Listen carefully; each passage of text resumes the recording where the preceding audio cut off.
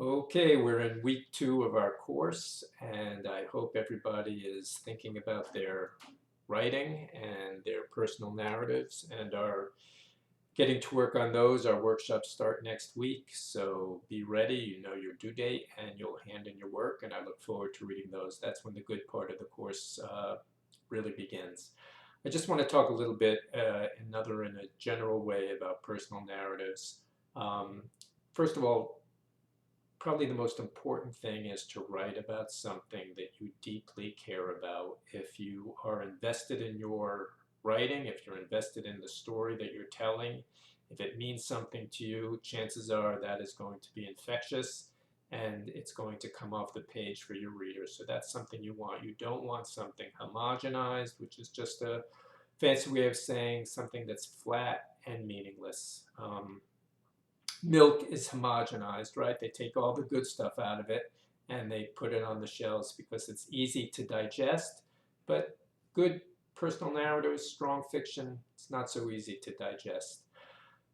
We're going to be using a lot of descriptions. We're going to be writing about people and places. And when you're writing description, think about making your descriptions as vivid and specific as possible. When you're writing, you're creating pictures. All they are words on the page, but you want to create those pictures for the reader. So make sure your descriptions are strong. Stay away from the generic. What's generic?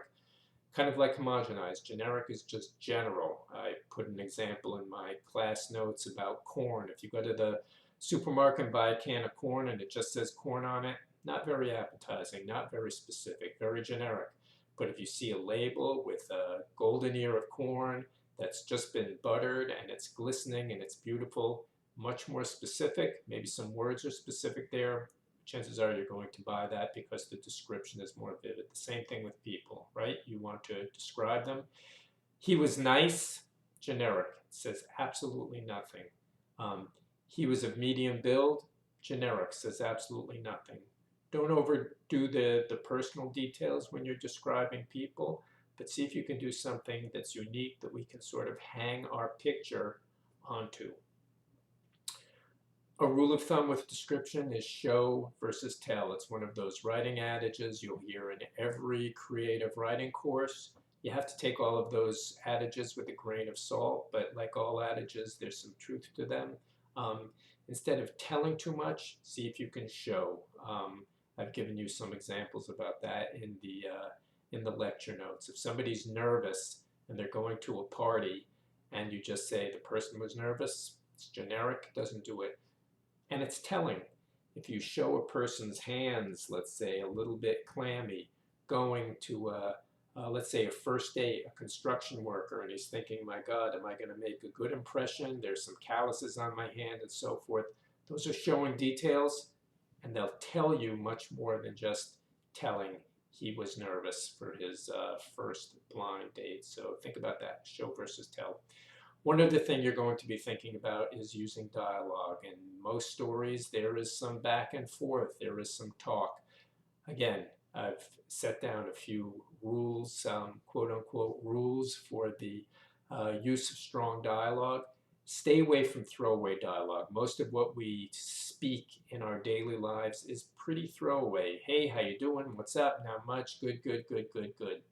It's a lot of words on the page. It really says nothing. So pick and choose the moments of the spoken word between, let's say, two people, and really use those words to advantage. Make sure that they are strong.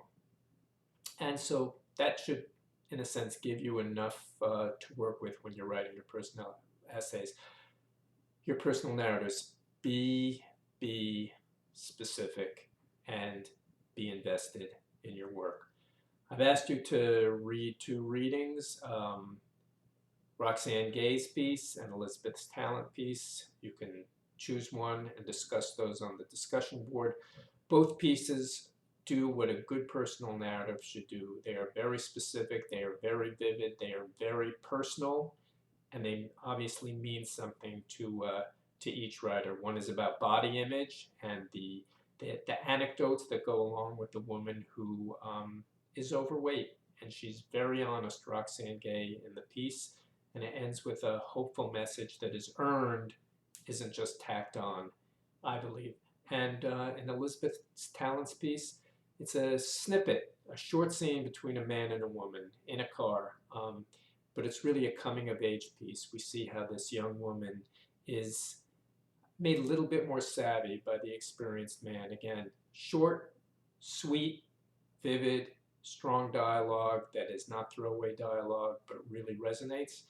And we have something that is personal, that is going to stick with us in the head, in the heart, in the gut. So do the readings, answer the prompts, do your writing exercise on showing versus telling. Very simple exercise, but it'll force you to get away from just telling something in one sentence and forcing you to describe something in a vivid way. That's the hard part of writing, but that's also the exciting part when you nail something exactly right and start, not only begin, but start finishing up your personal narratives. Those workshops are going to start fast and furious next week. We have office hours on Tuesdays, correct? So Tuesday from 11 to 12, I'll be online. If you have any questions, email me and I will be right there to respond to you. Hope everyone's doing well and keep writing. See you soon.